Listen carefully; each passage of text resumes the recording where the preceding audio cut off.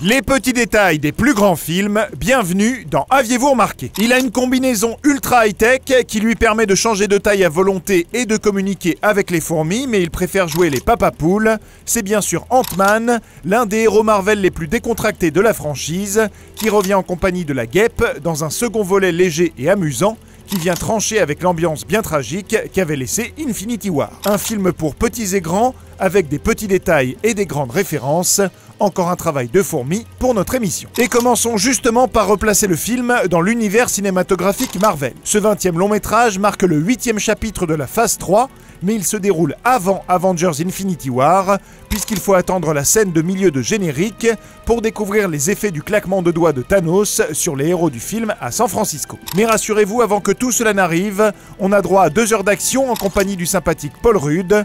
Le mari de Phoebe dans Friends a même appris la magie pour de vrai, afin d'effectuer les tours de cartes du film. On a droit de nouveau à un impressionnant rajeunissement des acteurs, une technique qui commence à devenir une habitude chez Marvel, mais notons tout de même que c'est Langston Fishburne, le fils de Laurence Fishburne, qui a joué les scènes de son père jeune, avec quelques effets spéciaux tout de même. Ils se ressemblent, mais pas à ce point. Le film marque également l'arrivée de Michelle Pfeiffer dans la saga en tant que femme de Michael Douglas. Détail amusant, l'actrice est célèbre pour son rôle de Catwoman aux côtés de Michael Keaton. Or, le vrai nom de Michael Keaton n'est autre que Michael Douglas. C'est donc le 2e film de super-héros de Michelle Pfeiffer, avec un Michael Douglas, mais pas le même. L'actrice retrouve Paul Rudd, qui jouait son amant dans Trop jeune pour elle en 2007. Ici, ils ne sont pas amants, mais ils partagent le même corps le temps d'une scène, dans laquelle Janet parle à travers le corps de Scott. Une référence à une scène similaire de Star Trek 3, à la recherche de Spock. Et puis qui dit Marvel dit Stan Lee bien sûr, qui se fait ici rétrécir sa voiture par les héros et croit halluciner en suggérant avoir pris trop de drogue dans les années 60.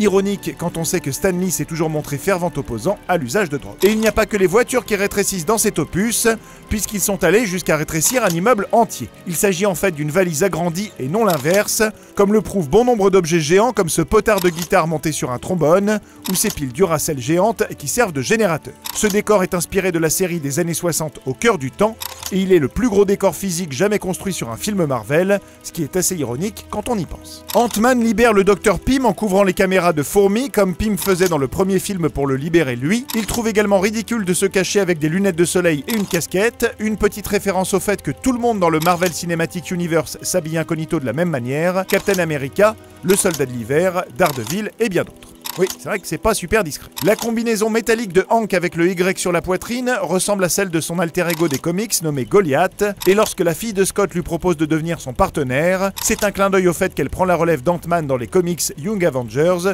sous le nom de Statue. Si Ant-Man n'est pas prêt de passer le flambeau à sa fille, c'est le cas de la guêpe, en faisant le second super-héros du MCU, a passé le titre d'un parent à son enfant après Black Panther. C'est aussi le 2e film Marvel après Deadpool 2, où l'acteur principal est crédité comme scénariste, et le 2e film Marvel après Thor Ragnarok, où le principal antagoniste est une femme. Pourtant, le Ghost version papier est un homme et apparaît dans les comics Iron Man plutôt qu'Ant-Man. Dans le film, son père est Elias Starr, connu sous le nom de Egghead dans les comics. Quant à la scène où Ghost, habillé en blanc, se dématérialise de voiture en voiture durant une course-poursuite, c'est bien sûr une référence évidente à la scène culte de l'autoroute de Matrix Reloaded, mais ça bien sûr, vous l'aviez remarqué.